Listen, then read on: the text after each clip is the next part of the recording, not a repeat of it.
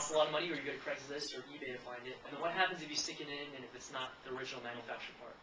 There's no warranty, might break the machine, cost you a lot more money in the long term. So just be wary of that. Wanted to point that out. Okay. The most exciting part, right, and I think the most educational, is how many of you have two separate networks like this today, a phone network and a data network?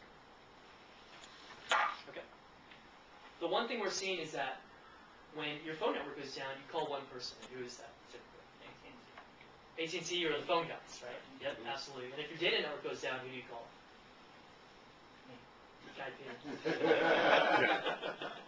PKIP, right? Or the local data guys, or you to help out with that, absolutely. So what we're saying is, wait a minute, why are you calling two different people, paying them two different amounts? Because when they come out for 5 minutes, how much do you usually get charged, do you think? Anywhere from $100 to $300, even if it's 5 minutes of work. I have literally heard stories where someone comes in, unplugs the cable, plugs it back in, and he goes, $200. Right? So that definitely is very common in the phone industry.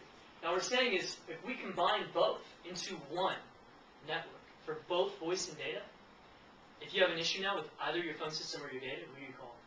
PKIP. You can call me too, but I'll probably say call PKIP. Yep. And what you do now is now connect the service provider lines, right, the phone lines, and also your data lines into one network. So here's the part that's where you're going to see the ROI, or the return on investment.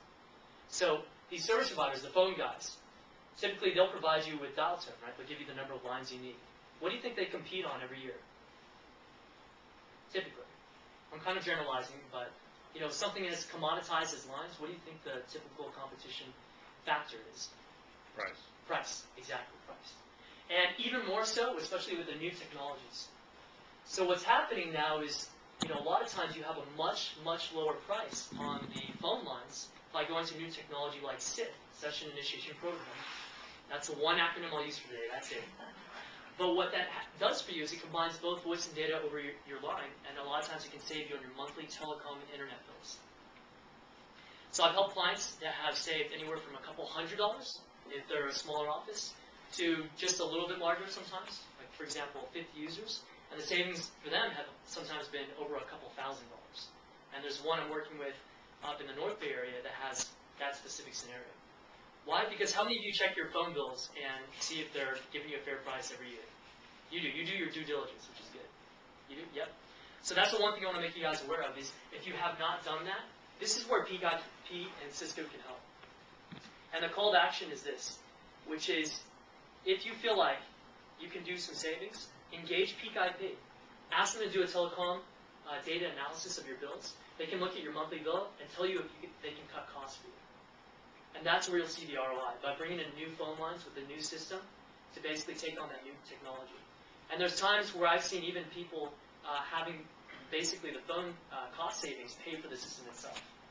Not promising that, but my point is you want to do that analysis to find out if we can help with the savings on that piece. So is that part pretty clear? Are there any questions about that? Yes? Just back to the voice over IP solution here. With phone numbers, I mean, you're basically communicating with the phone via network, via switch router. Yes.